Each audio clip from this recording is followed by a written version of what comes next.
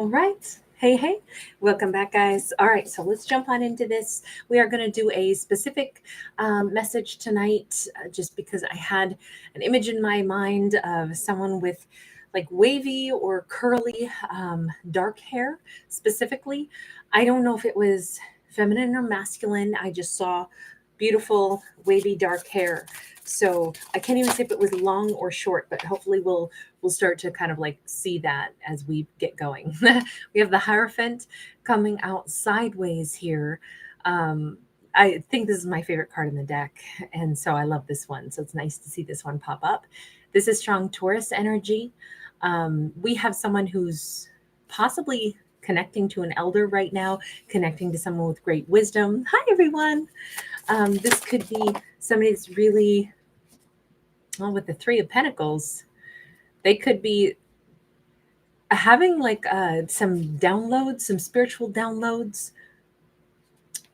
It may be very specific to connections in their life. They may be connecting to somebody that they're realizing is an important individual. They could be having certain things stand out to them. Now, by the way, this could be a feminine, or this is just someone has a feminine ancestor.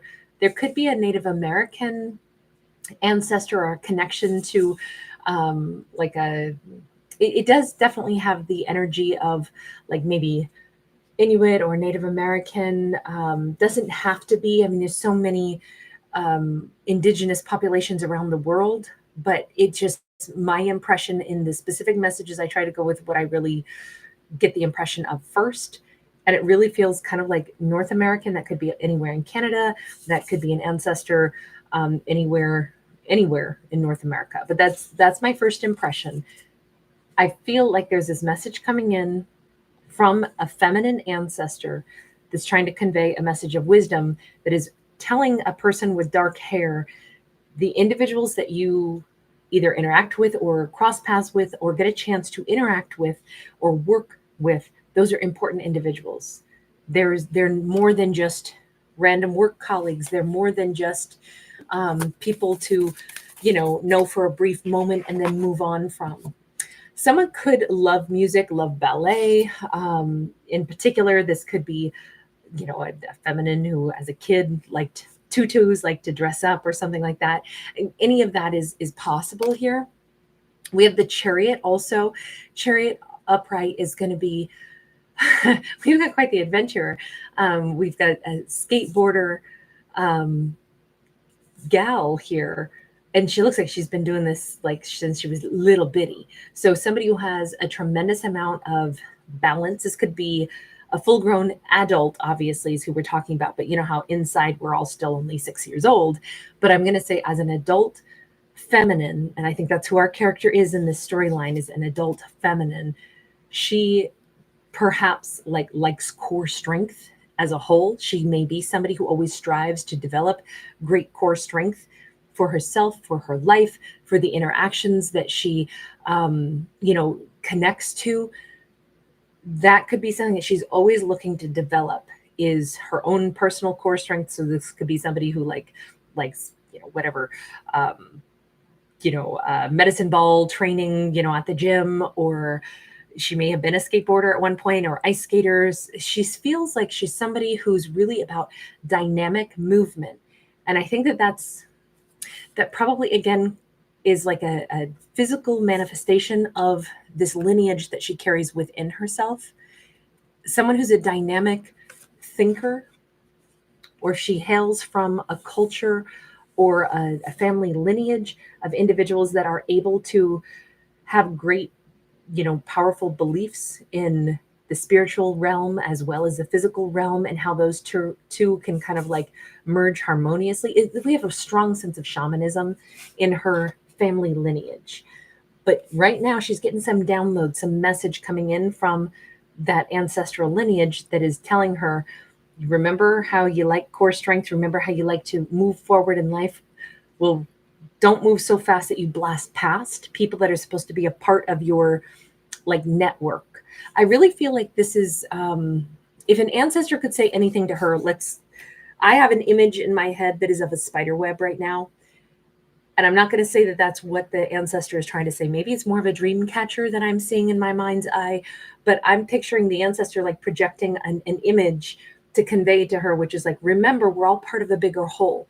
Remember, there's what we do, and there's our strength and our balance and our core strength and our ability to move forward in life. But our life touches so many other people's lives, our colleagues, our coworkers, our next door neighbors, the people that we have a chance to develop something with. Don't think that we just barely bounce off of them and then we're still separate from them. I think she has an expanding network and maybe even a greater like purpose, or she has a greater like group of individuals that she's supposed to be connected to. Let me get another card here for just a message from the ancestors. 7 of Cups in the reverse. I feel like the ancestors are like, I feel like somebody's tapping on the glass. I don't know if she's going to be like sitting in her car and somebody's going to come up and rap on her window, or if somebody's going to rap on like if she sits at an office, or even just rap on the glass door or something. But I feel like there's going to be a metaphor for how the ancestors are trying to wake her up and be like, hey, this really isn't something to doubt. There really isn't any doubt about this. You know that you have a reason that you're connecting to certain people. She's moving really fast in life. And I do think that the ancestors are trying to get her to not slow down, but pick up those connections, grab people's phone numbers, connect to people that you're passing through. Don't let momentary conversations that you have with random people be all that is. It's like, oh yeah, I just walked past this person, casually said hi. She may have people that she will have a chance to connect to in a more substantial way. And it's almost like the ancestors are saying, the individuals that you're encountering right now are more than just momentary connections. Go ahead and make a bond as you are moving with such vitality. It keeps feeling like maybe she like travels for work. I'm picturing somebody who does like locum nursing or something, and she, travels for her job for nursing, or she goes from place to place. And so it's like, well, I'm only going to be here for a short time. Maybe she's a substitute teacher. Maybe she's somebody who is just on a trip right now. And it's like, oh, there's no point in me, like exchanging too much communication just because there's some other tourists that I'm having a dialogue with, or, sharing a meal with just randomly. This says, yes, there is a good reason. Those could be lifelong friends. Those could be connections that you're supposed to have. There's a reason that you're meeting the people that you are. And even if you only have a split second to build the connection, grab each other's phone numbers. You just might have more history together later. It's actually really awesome that the ancestors are saying, don't think that everything in our life doesn't actually have meaning, because it does. Sometimes through a friend of a friend, through someone that we randomly meet, that is how we later get introduced to the love of our life. Her future, her romance could depend upon these momentary people that she passes by, colleague that she works with for 2 weeks while she's in town before she gets reassigned at some other school to sub at. Meeting somebody, staying friends with them, connecting with someone could be the way she winds up zigzagging her way to the love of her life. You never know. Maybe it's not the person that we have a chit chat with at a bus stop that is supposed to be a long-term connection in our life, but maybe they are the bridge that connects us to another very important piece of our future. So I love the fact that the ancestors are saying, everyone that you cross paths with, there's a reason for it. No matter how busy you are, and she is very driven. This is a feminine who's very, very driven. She may change her hair color very swiftly. She may be running from one event to the next. She may do multiple, like, different kinds of activities. She could be somebody who's, well, like this. She's dressed up to go to the ballet one night. As soon as she gets done, she slips into, her knee pads, and she's out there listening to punk music, whatever. I don't even know what you call the different, do you call it the bowl? I don't know, skating the bowl, whatever. There's all kinds of, maybe she goes horseback riding too. It just feels like she has a very dynamic life where she wears a lot of different hats. She goes from one event to the next. She has a lot of hobbies. She has a lot of things that keep her strong, intellectually stimulated, interacting. But the ancestors are like, but darling, don't think that you're an island who's just here to only have your experiences. Your experiences are shared with the other people that you're around, and they are an important part of not just like the landscape of your life, but they are the people that are going to bring you to other bonds that are important. They are the people to bond with. There's a reason that you're encountering certain individuals, maybe every individual. So it's really just the encouragement not to slow her down, but to make connections regardless of how fast paced or how transitional her life may feel. Tell me about this Lover's card then. Could be a really strong energy of Gemini coming in. We have an Eight of Cups upright. We have an Emperor sideways. We may have someone else who's been a bit of a traveler, even a lonely sojourner, an emperor who doesn't have an empire, an emperor who doesn't have an empress. This could be an Aries or a Gemini or a water sign. But you notice he's been out here crossing the deserts.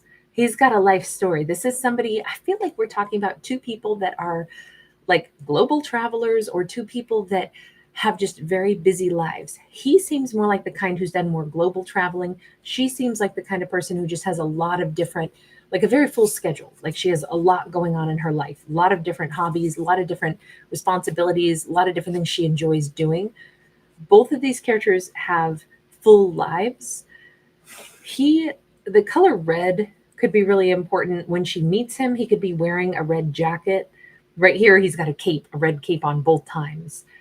Even if he could be black haired, he could be the one with black hair. She came out as black hair and as blonde a couple different times.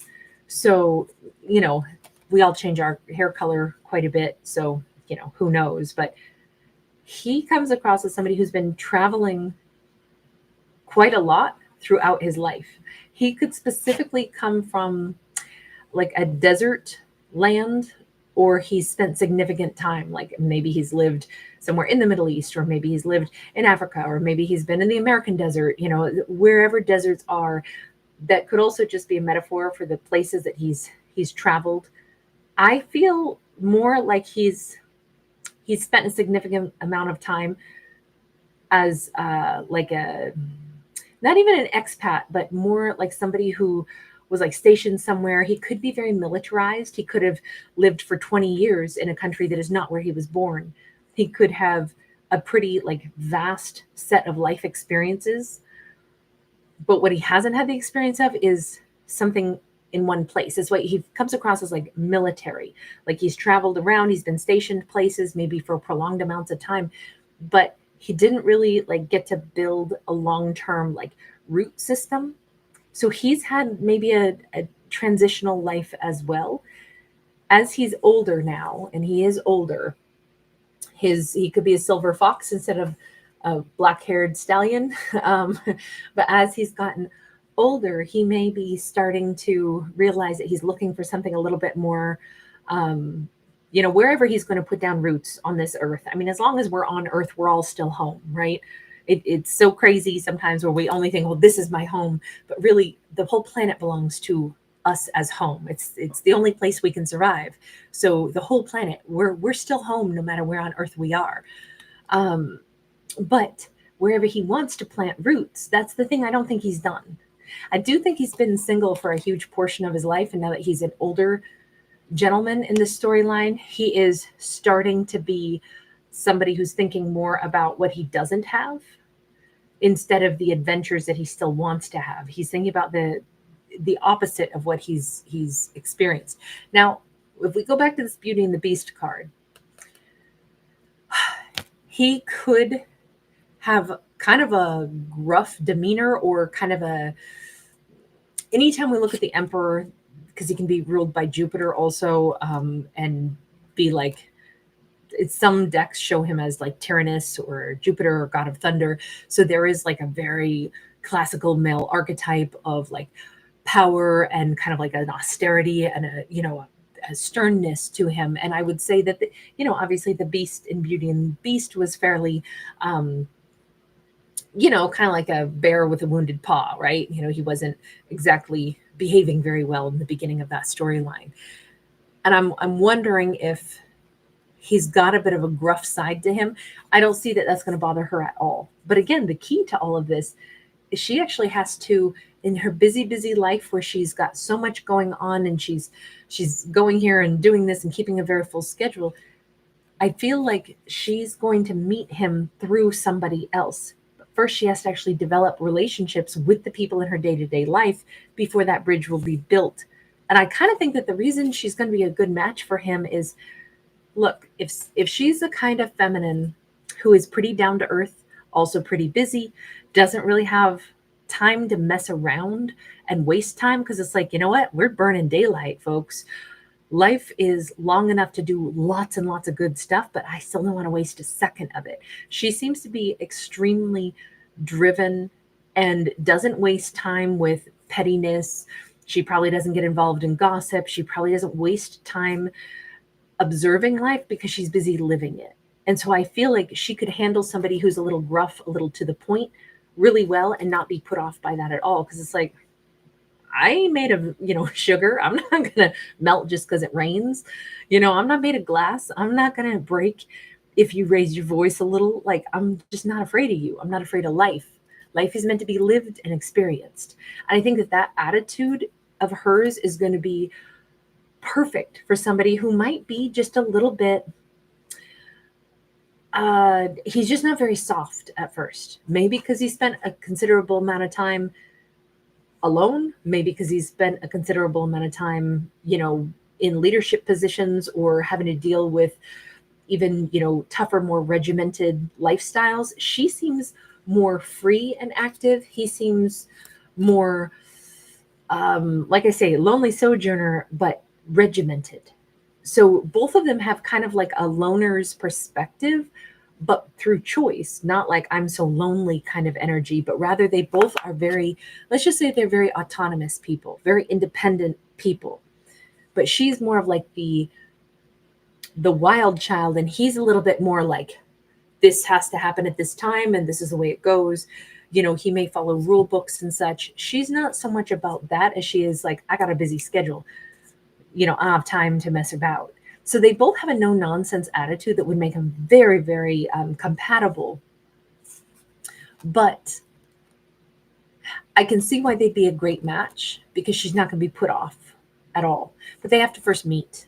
And this is the story of why the ancestors are saying, you do realize, and this is the ancestors talking to her, you do realize that every person you meet, don't forget that there's a reason. It's great that you're using every ounce of your life force energy to live to the fullest.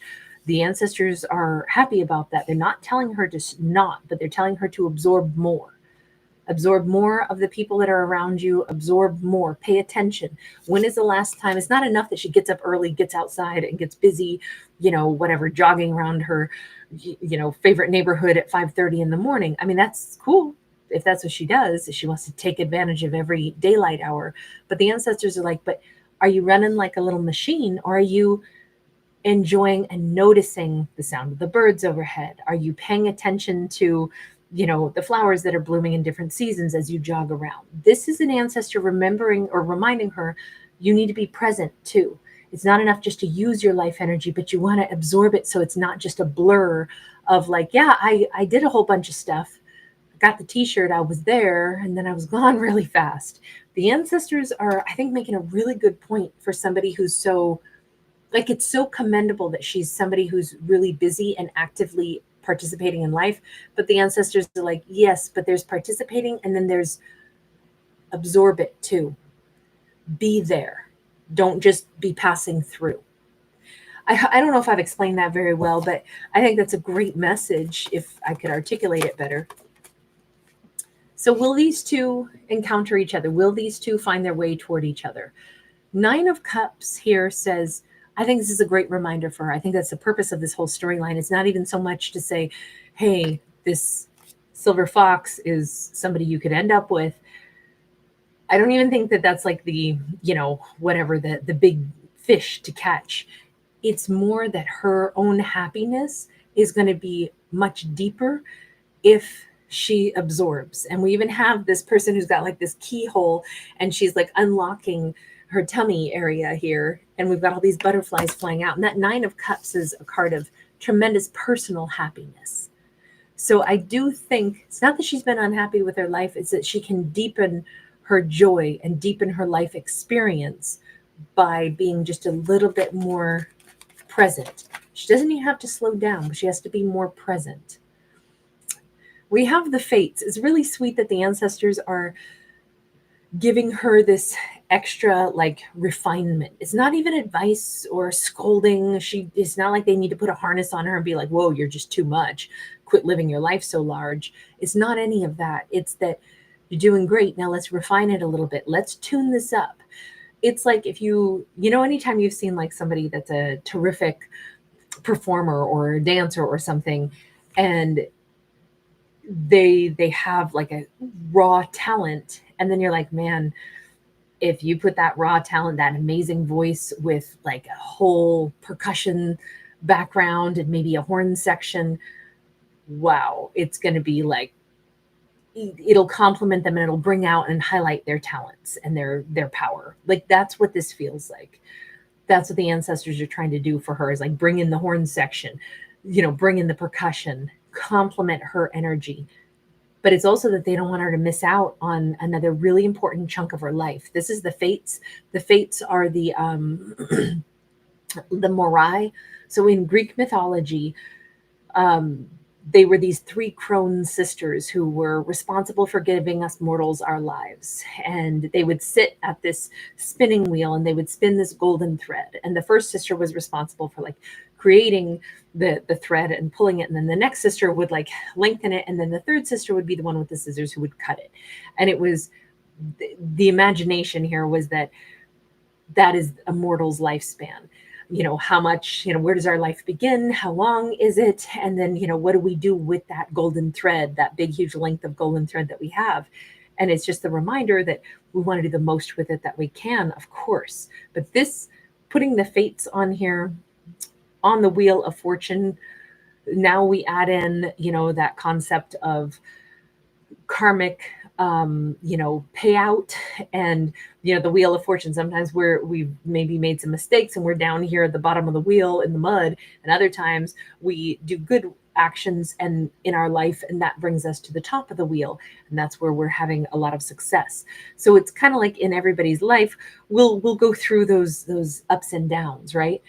But she's earned some really good karma here. This card is upright. So it's time for her to be prepared to not miss out on the rewards and the gifts just because her schedule's too full. So that's the whole reason I think that the ancestor is trying to convey this to her. And I mean, the ancestor is in a big way sending out these thoughts. She could have a profound connection. She may be thinking about like a grandmother's name lately. She might be reminded of something. Maybe there's a teddy bear, maybe there's a stuffed animal. This looks like a grizzly to me, which I immediately think of Alaska when I think of that. But there could be like an energy of like something that she sees, or it is a direct connection to who the ancestor is that keeps popping up in her mind right now. We did have two cards here that to me speak of storytelling as well. This is kind of like Arabian Nights, and then just the Greek mythology aspect of storytelling here. So I'm wondering if somebody used to read her stories at night, or if an ancestor, or if in her culture, or if she's drawn to some kind of culture that has a lot of like stories, like sitting around and talking about and listening to the stories of, ancestral lineage.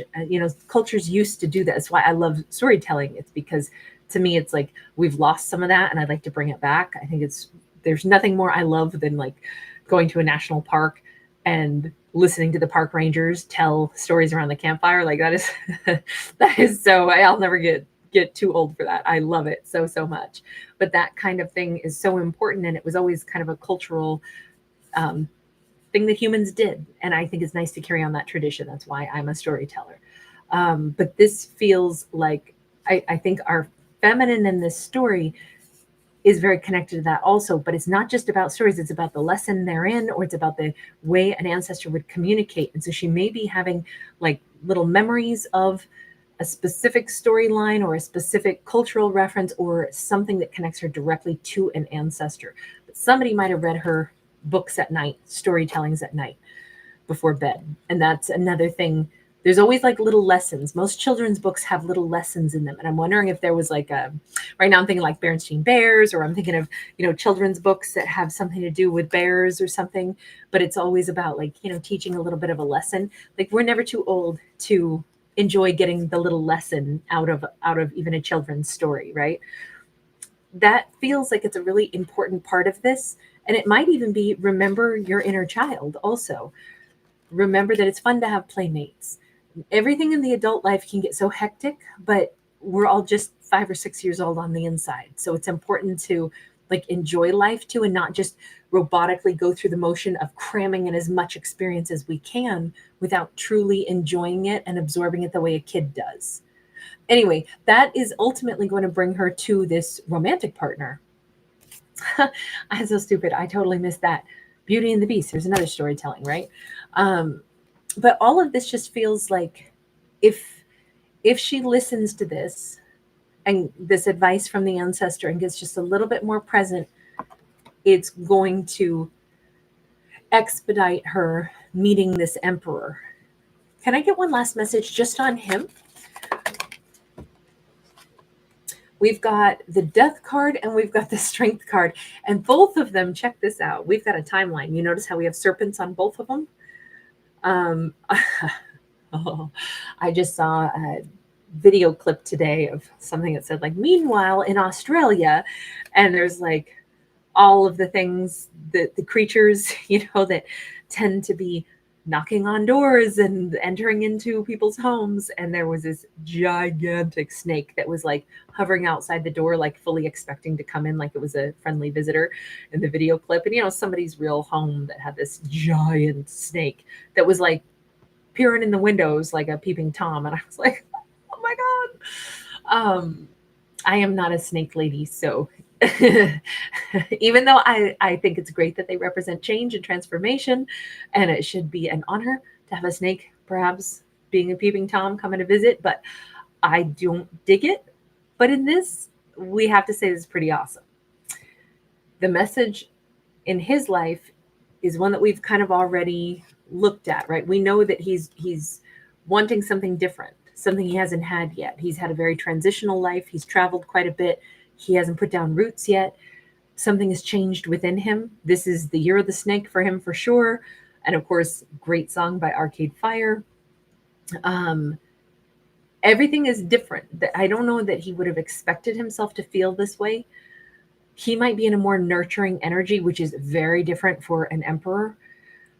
And I just say that because we have two feminines here. And we see this egg cracking open with the serpent wrapped around. This is the Strength card. He's realizing that there's also a certain amount of strength that goes along with, choosing to be in one place and build solid, walls and solid connections and, like build a home. And, I wonder if he's never, I want to say the word homesteading. I wonder if he's never like felt like, oh, this is going to be the place that I call home. This all feels like it's a new version of him that's being rebirthed or uncovered. Definitely coming back to life, because we have this person kind of like in a death shroud, but they're not dead at all. They're just going through transformation process. And both of these show a feminine in white. And I feel like this is the message about him. So that's why I say that his divine feminine energy is actually like being birthed into him or being revealed. The divine feminine energy is simply the energy of nurturing. Instead of the energy of like projection and leadership, it's about drawing things in and, tending to them, planting things, nurturing things, taking care of your house, taking care of the things that need day-to-day tending and stability. And I don't know that he's done that before in his life. So he's definitely shifting, awakening to a new side of himself. This could be a great matchup for these two. A really wonderful matchup for these two. I don't know why, but I feel like he maybe has he'll start having a love for either music that he didn't used to listen to or songs will speak to him that didn't used to. And I'm picturing like some of the rock opera type stuff, like Meatloaf. Meatloaf has like such a wonderful vocal talent. It's very theatrical. It still has some hard rock, but it also has a decidedly like operatic quality. And I'm picturing him like rocking out to songs that are more again, it's just the expression of this other side of himself. Maybe he'll become less militarized and more artistic, things like that. He's really shifting in who he is. This is going to be a really great time for these two to meet. But again, whether or not they meet is very much up to her. It's up to the changes that she first makes in her own life, because it's a kind of a step-by-step connection process that will bring him into her life. All right, I'm going to leave this one here. You guys, thank you so much for being here. Really appreciate you. Hi, everybody. Oh my God, Sabrina, you guys are so brave. So sweet for you to help that snake out, though, because I know albino snakes are really rare, right? And they don't always get a chance to do that well in nature because they don't have like the camouflage. So that is amazing that you are being so so brave and so protective. Oh my God. Oh, Pam Jam, you sweethearts. You were so kind, Pam. I just honored you're here at all, sweetie. Contented tiger, hey. Nice. Dark curly hair. I hope that that's what I get in my next lifetime for sure.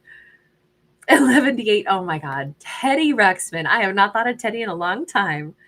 That is hilarious. La Bamba and Tequila. I love that. Voyager 2. Hey, hey. WX Trap. Love it. Oh my God. Calm Seas. You saw two snakes coiled together, red and black with red eyes.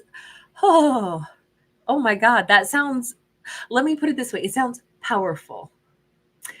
Oh, Travis, good to see you. And so into it 333. Thank you, sweetheart. Thank you for reminding me. I so appreciate you guys giving it a thumbs up. Thank you. Holly Light, I know, I'm right there with you. And I know snakes represent such beautiful things, but I saw one this weekend actually and jumped out of my skin, and it was a little bitty gardener snake. But my first thought was, where's your mama and where are your siblings? Because I know you didn't come here by yourself. So my immediate thought was not just, oh, look, there's a little one, I'm not scared. I thought, where's the rest of the family? And so it made me jump. Hi, Relay. I hear you, Calm Seas. I feel the same way. Oh, you sweetheart. Don G, it was my pleasure, honey. Thank you so much. Thank you for being so graceful with me. Oh, that's so cool. Travis, that's awesome. Yeah. You paint homes, cabinets, furniture. That is such a wonderful talent to have. That's hard work, too. Really hard work. Violet, you made it, honey. You're perfect. Jeannie Vale, wonderful. That is awesome. You're back in Oklahoma City area. That's awesome. I thought I remember that you had been moving and just, out for the adventure and everything. So that's so awesome. Angelina Davina, Sissy, how are you? Sonara, good morning to you also, hun. Roxanne, hi. That is so awesome. How generous are you?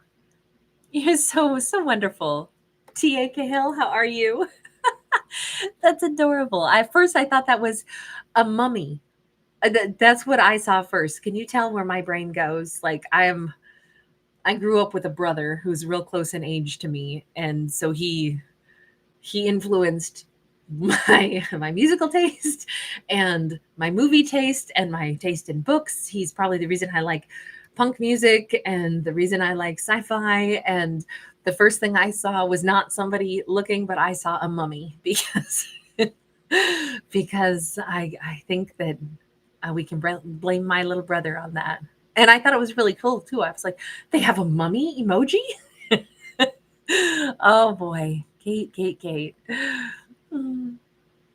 That's awesome.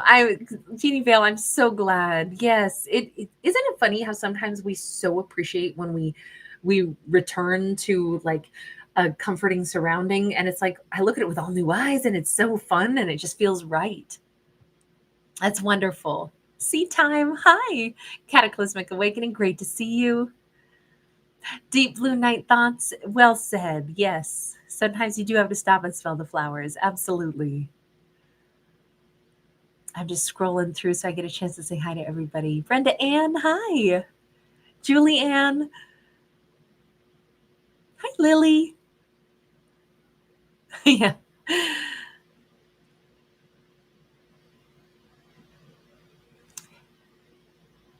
Holly Light, I knew I missed somebody up there. Neandria Rini, awesome to see you. Hi, Denisa. Hey, hey, Sierra Clark, Decoded, San Juanita. Brittany H, you were first in the house tonight. And Lisa, wonderful to catch you. AC, hey, hey, darling. I don't think I saw EM in the Night Owl Club tonight. All right, everybody. I'm going to bounce over to the other channel and still get to a couple of other zodiacs because I still wanted to get Pisces out. And I think also we need to do an ophiuchus. And I might still be able to get to a Gemini tonight as well. Hey, Lily, you're so cute. All right, you guys. Mr. the Peaceful Observer, great to see you. I don't know. I don't know. We never know what's going to come out, right? I guess this was kind of a future romance storyline, though, essentially. But we never know what will pop in to the stories. Hi, Samira. Delighted to catch you. All right, you guys. If I see you over on the other channel, then I'll see you there. Otherwise, have sweet dreams or have a good day if your day is just beginning wherever in the world you may be. All right, take care, guys.